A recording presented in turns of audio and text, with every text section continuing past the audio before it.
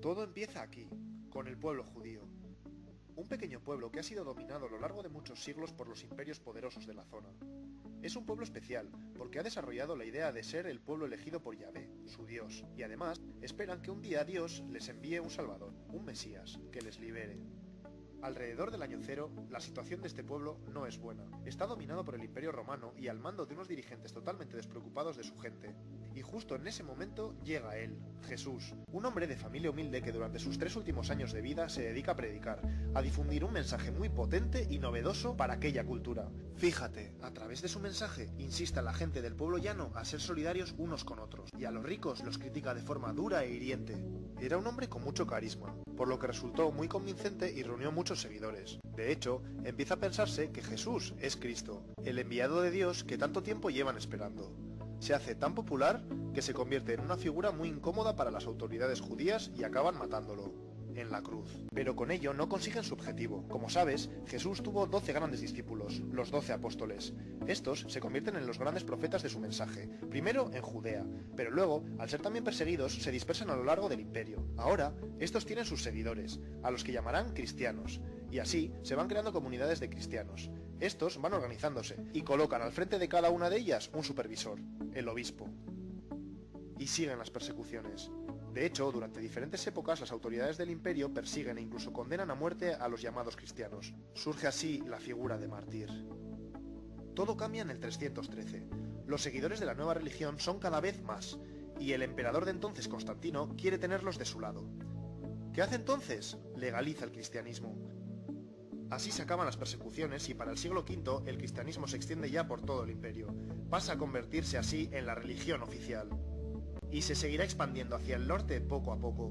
Y de aquí en adelante, cuanto más grande es la ciudad que dirige, mayor es la reputación del obispo. Y cuando el imperio se parte en dos, los obispos más importantes son el de Constantinopla en esta parte de aquí y el de Roma en esta parte de aquí. A este pronto empezará a llamársele Papa. A partir de ahora, las cosas se ponen feas. Atento, por un lado, con la conversión a lo bestia de la población al cristianismo, se pierde en gran parte el mensaje revolucionario de Jesús. A esto se le suma que el imperio cae, los bárbaros lo han dejado todo medio en ruinas, y por tanto mucha de la organización eclesiástica se va al garete. Así que ahora el cristianismo ha perdido contenido y ha perdido estructura. Y fíjate, porque en la ciudad de Roma, ahora que no hay emperador, el Papa se convierte en la máxima autoridad, en la figura más poderosa. Atento, porque en esta otra zona están pasando cosas importantes. En el siglo VII surge una nueva religión en Arabia, el Islam.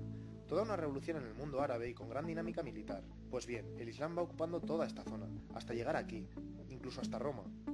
Y así, se enciende la tensión entre cristianos y musulmanes, que en lugar de ver las similitudes de sus religiones, se enfrentan por intereses políticos y militares. Luego te sigo contando. Volvamos a hablar del Papa, que ya verás qué lío. Como te he dicho, ahora, el Papa es la máxima autoridad de Roma. Pues bien, de aquí en adelante, va involucrándose en los enredos, alianzas y luchas de poder característicos de cualquier persona interesada en dominar. Y durante los siguientes siglos, seguirán peleando por mantener su poder y ejercer autoridad sobre todo. Hacen vida de reyes, y la corrupción y la avaricia se convierten en algo común entre la mayoría de los papas sucesivos. Increíble, ¿verdad? Poco se parece todo eso al mensaje que quería transmitir Jesús, ¿no? Siglo XI. El cristianismo se ha ido reestructurando y se extiende más o menos así. ¿Te acuerdas de Roma y Constantinopla? Pues entre tanta decadencia se genera entre ambos obispos grandes tensiones, y en 1054 se produce una ruptura, el gran cisma entre las dos iglesias. A partir de ahora se divide la iglesia romana aquí y la iglesia ortodoxa aquí. Pero paremos un momento que no todo es degeneración en el cristianismo. Te hablo de los monjes benedictinos, que desde el siglo VI van extendiéndose por gran parte de Europa. Estos, siguiendo la esencia de la palabra de Jesús, se organizan en monasterios y ayudan a la gente de los pueblos próximos a reorganizarse y a mejorar la calidad de sus vidas que por entonces era miserable. Esto es otra cosa, ¿no? Y ya verás, a lo largo de la historia van a existir dos mundos dentro del cristianismo. La iglesia de base, más humana y sensibilizada con las necesidades sociales del mundo, y la de la jerarquía, centrada mucho más en mantener su estatus. Volvemos a la tensión entre cristianismo e islam. Lo de ahora te suena seguro. Por un lado, en la península ibérica se produce la Reconquista, de 722 a 1492. Los ejércitos cristianos van ganándole terreno a los musulmanes hasta recuperar todo esto. Por otro lado, a principios del siglo XI empiezan las famosas cruzadas. Los papas, en lugar de buscar un acercamiento con Islam, entre este año y este año, arman ejércitos compuestos por soldados europeos, que en nombre de Dios y el cristianismo acuden a los santos lugares, a los sitios donde surgió todo, para liberarlos. Aunque te cuento una cosa, el objetivo de fondo era poder tener control sobre el Mediterráneo, que como sabes tiene un gran interés comercial. Bueno, pues a partir de estos 2 episodios se intensifica el conflicto Islam-cristianismo y se mantiene durante siglos. Paralelamente está ocurriendo otro episodio oscuro. En 1184 surge la Inquisición, que fue especialmente importante en toda esta zona.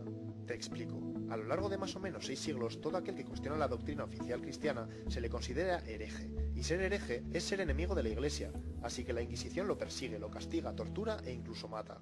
¿Te acuerdas de los mártires de la época del Imperio Romano? Ya ves que para esta época se le ha dado la vuelta a la tortilla. Pero no todos son sombras en la Iglesia. Antes te he hablado de los monjes benedictinos y su labor de ayuda, pues para ahora han surgido nuevas órdenes religiosas. Cistercienses, los cartujos y cartujas, los franciscanos, las monjas clarisas y los dominicos y dominicas. Todos ellos tienen como misión atender a necesitados y ayudar a los pobres. Mejor así, ¿no? Atento ahora, porque sucede algo importante.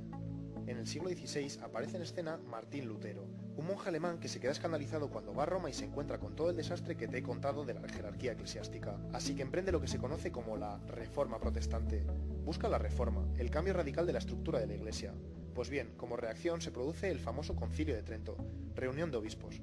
¿Qué deciden? Pues justo lo contrario, dar más valor a la figura del Papa y alto clero y por tanto jerarquizar aún más el asunto. ¿Qué pasa entonces? Pues que el luteranismo se separa de la Iglesia romana. Posteriormente, otros movimientos religiosos hacen lo mismo y crean iglesias protestantes por toda esta zona. Y también en Inglaterra, donde el rey Enrique VIII quiere divorciarse de su mujer, pero como el Papa de entonces no le da permiso, se enfada y opta por romper con la Iglesia romana. Así se crea la Iglesia evangelista. Ya ves, la Iglesia romana se ha reducido geográficamente y comienza a autodenominarse católica. Pero espera, que entonces llega la época de la expansión de Europa por todo el mundo. En la medida que los países de Europa van conquistando territorios, llevan ahí su religión y a sus misioneros, y el cristianismo se expande por todos estos sitios, más o menos así. Paremos un poco que te cuento algo. San Ignacio de Loyola funda la Congregación de los Jesuitas, un grupo de religiosos más dinámicos y con mayor impulso de expandir su fe. Y lo hicieron por todo el mundo, pero de forma algo diferente. En lugar de dejar que los conquistadores dominaran a las poblaciones indígenas y les sometieran, ellos luchaban por reorganizarles. Ante todo aquí. A los conquistadores no les gusta esta jugada y consiguen que el Papa les condene y los suprima. No más jesuitas por estas tierras por una temporada. Damos un salto hasta el siglo XVIII, el de la Ilustración, que como sabes defiende el poder de la razón y lo científico frente a la fe y superstición. Hasta ahora la Iglesia ha sido la que ha dado la explicación de las grandes verdades. Pero ahora surge una marea de movimientos ideológicos, sociales y científicos revolucionarios y la Iglesia siente que son una amenaza de su dogma, por lo que adopta una actitud a la defensiva. Como reacción, se opone e incluso ataca a todo aquel que cuestiona el pensamiento religioso. Es necesario un nuevo concilio. Vaticano I en el siglo XIX. Reunión de obispos otra vez. Decisión, se afianzan aún más en la postura de que la religión es la fuente de las máximas verdades. Ya ves, la Iglesia no consigue ir a la par de los nuevos descubrimientos y de alguna forma queda automarginada. Menos mal que la moneda tiene otra cara. No te olvides que en contraposición a todo esto que te cuento, sigue existiendo una gran dinámica religiosa. En estos siglos se crean cientos de congregaciones religiosas para salir de ese estancamiento, extender así, a lo largo del planeta, la vida cristiana, y además, hacer una labor humanitaria y de ayuda para mejorar la sociedad. Llega el siglo XX. Con todos los desastres de las guerras mundiales y ante el encierro del pensamiento de la Iglesia que te he contado, progresivamente surge la teología de la liberación. Los seguidores de la teología de la liberación desean un cambio en la dinámica que ha adquirido la Iglesia, y así centrarse en los verdaderos problemas sociales del mundo para solucionarlos. La teología de la liberación adquiere tanta fuerza que provoca un nuevo concilio, el del Vaticano II. En el concilio se decide apostar por este cambio, ya era hora.